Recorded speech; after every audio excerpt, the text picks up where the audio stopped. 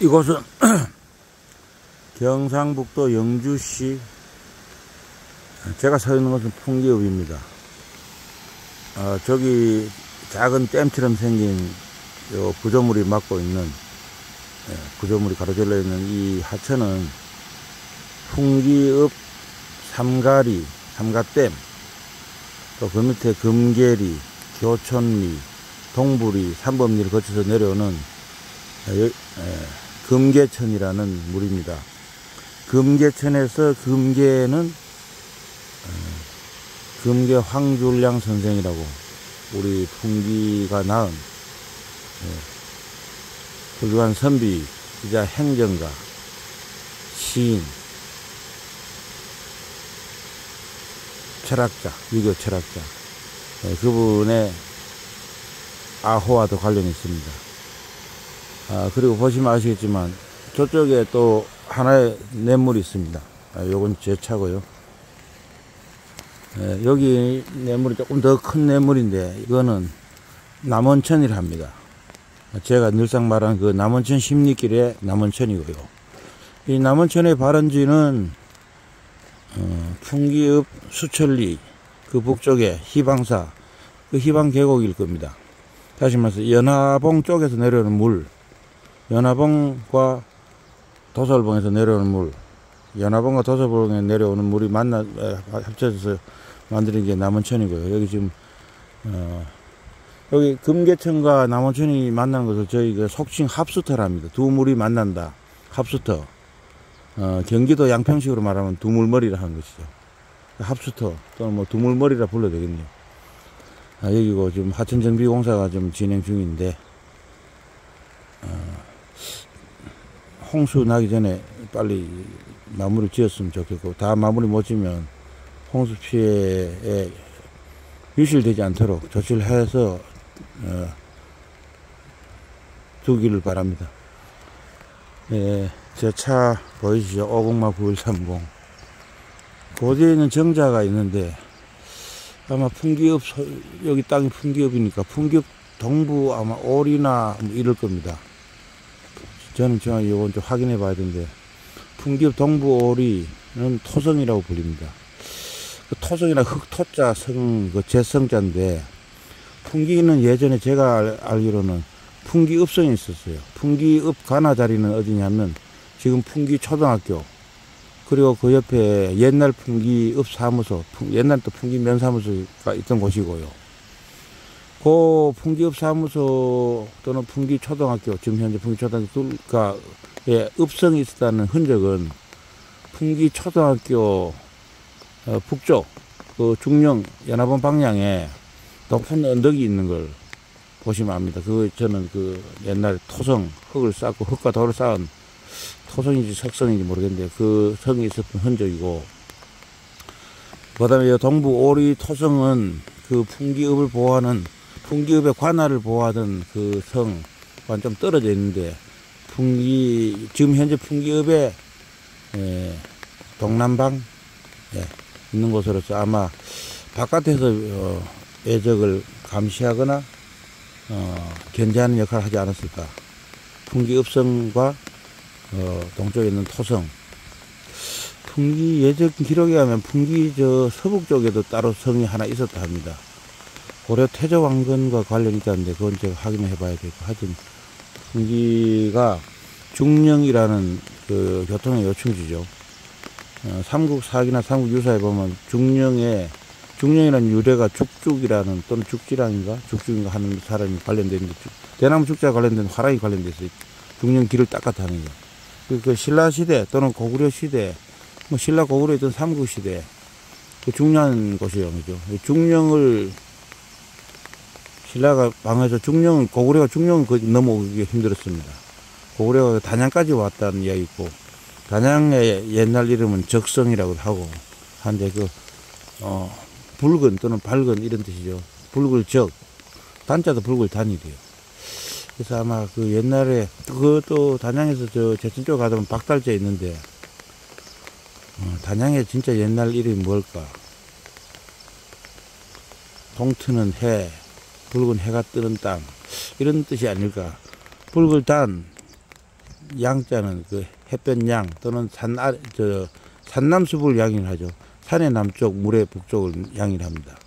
그러니까 단양을 가보면 아시겠지만 그 남한강의 북쪽에 단양의 군청 또는 읍소재지가 있고요. 남쪽이 이제 서백산이 있죠.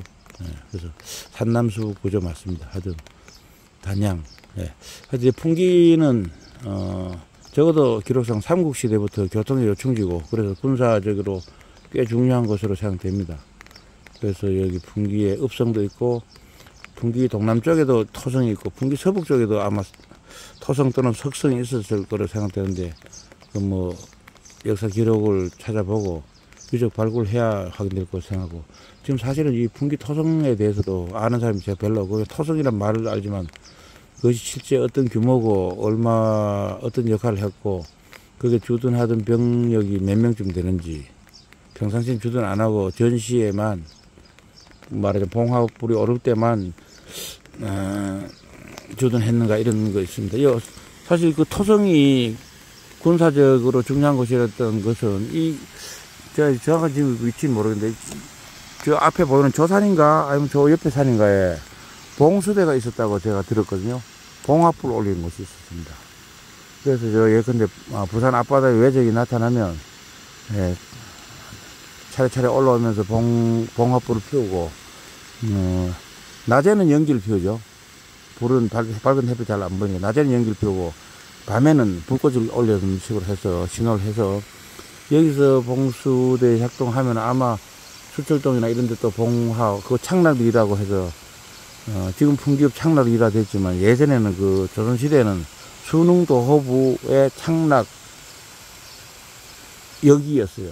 그리고 그 순흥도호부 관할을 하에 창락역을 관할을 한 사람이 창락찰방이라 하는데 그 찰방이 상당히 그 높은 벼슬이었다 합니다. 그 왜 높은 벼슬이었을까요? 군사 요충지이기 때문에.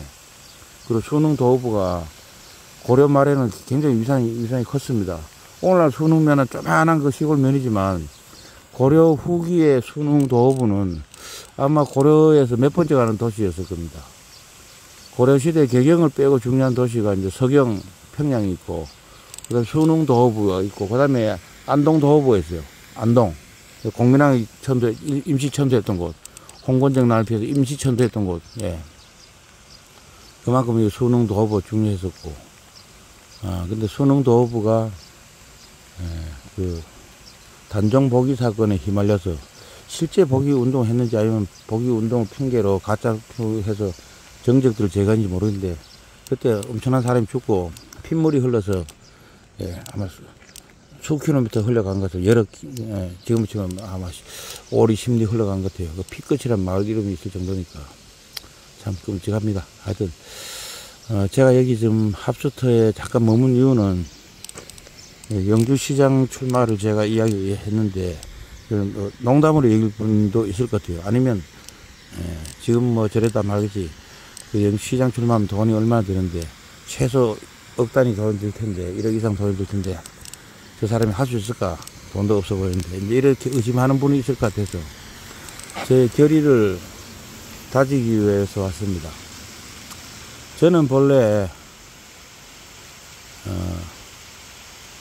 지금 현재의 정당들이 다 대한민국의 헌법 정신, 즉 자유민주주의 법치주의에 충실한 정당이 아니고 특히 오랫동안 자유민주주의와 법치주의로 세워왔던 당의 후신인 국민의힘마저 인민의 힘이다, 국민의 짐이다, 국민의 독이다 이런 소리 들을 정도로 타락하고 변질되어 있기 때문에 사실은 대한민국의 헌법에 규정한 자유민주주의와 법치주의 그리고 국민의 인권 보장 또 국제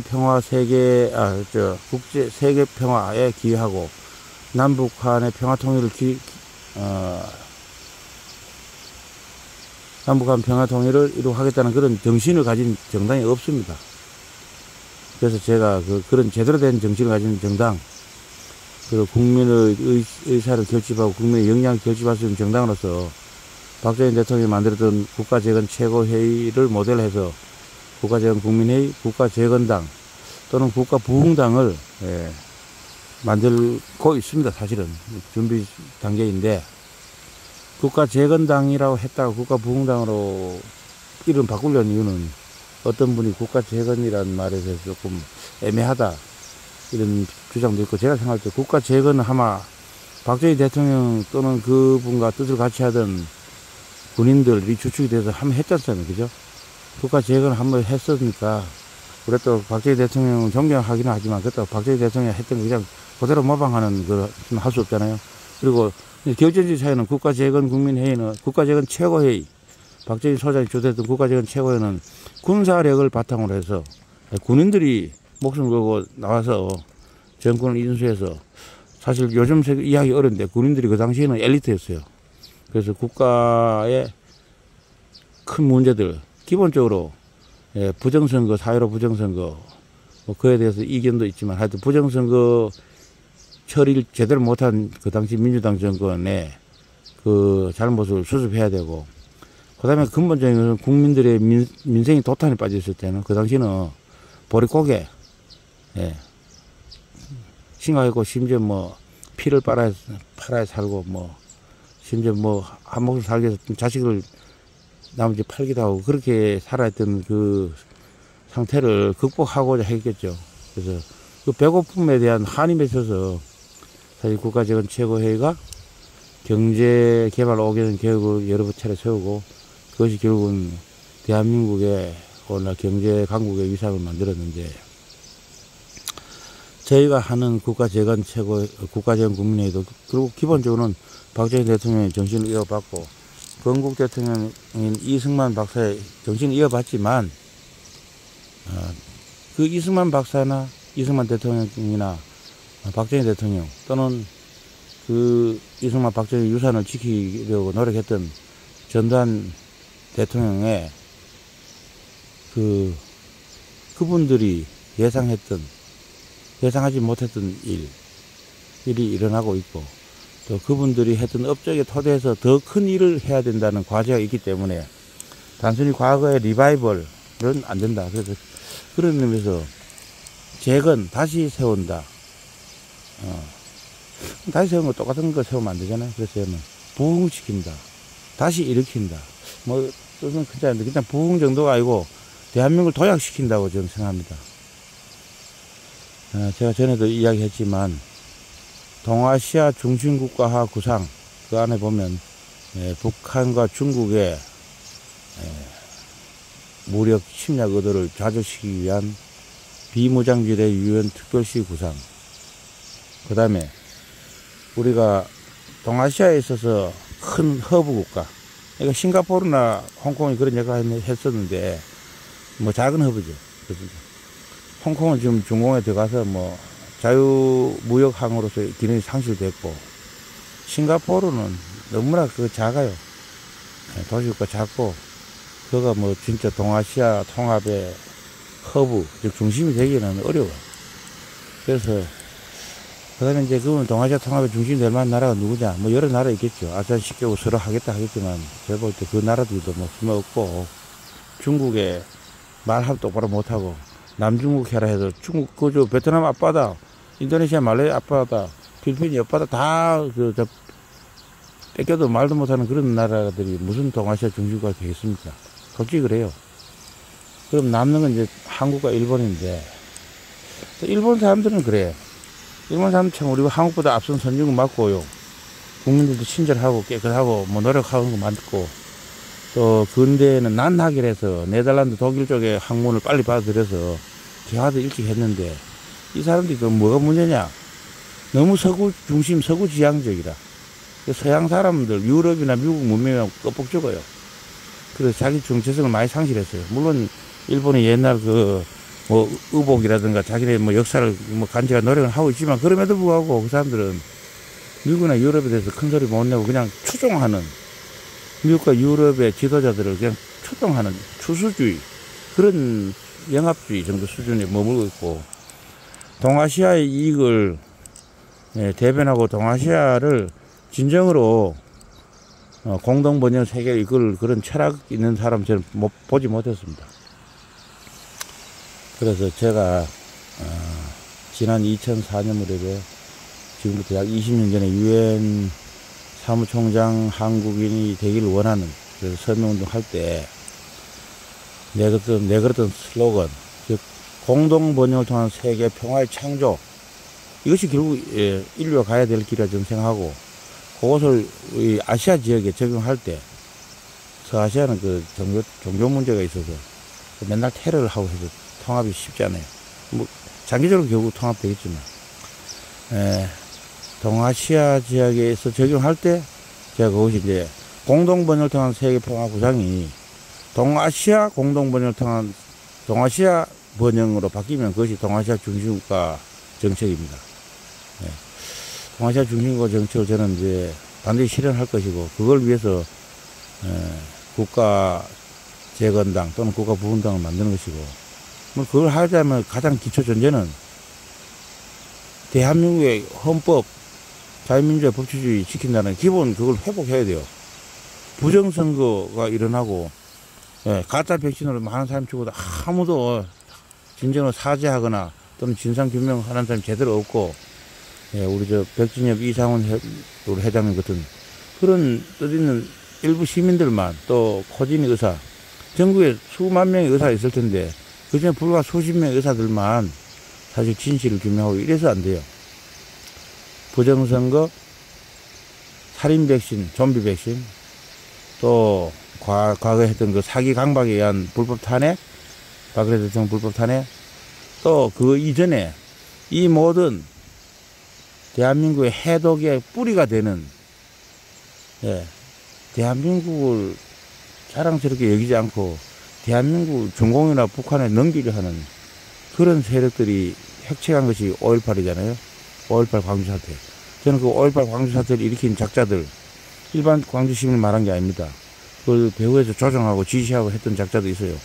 김대중과 그걸 추종하던 무슨 조직이 있고, 북한에서 내려왔던 사람들이 있고, 저는 여러 가지 증거를 볼 때, 뭐 지만원 박사 주장 중에 약간 오버하는 것도 있지만, 저는 근본적으로 북한군이 5.18 민주화 운동이라 하는 그걸 뒤에서 핵체했고, 민주화라는 건 그 인민민주주의 하래요. 그래서 그 성공했으면 아마 남한이 혼란 상태 들어가고, 북한군이 그 당시 김일성의 명령에 따라서 수도 서울 함락시켰을 겁니다. 6.25 때 못 이뤘던 꿈을 이뤘을 거예요. 그걸 막은 분이 바로 그 당시 이희성 계엄사령관, 또는 전두환 합수부장, 또는 군인, 그 당시는 군인들만 한 게 아니에요. 신현악 총리 등등 그 당시 그 행정 엘리트들도 공사나 이런 걸 반대하고, 국가가 혼란에 빠지는 걸 반대하고, 박정희 대통령이 이렇게 했던 그 업적, 물론 과오도 있지만 그거 무너진 걸 반대했기 때문에, 전두환 장군이 했던 그 일종의 혁명은 군과 관의 합동작전이래요. 그래서 전두환 장군이 했던 그 국가보위비상대책회의 구성을 보면 절반이 군인이고 절반이 행정관료, 장관급 행정관료 되어 있어요.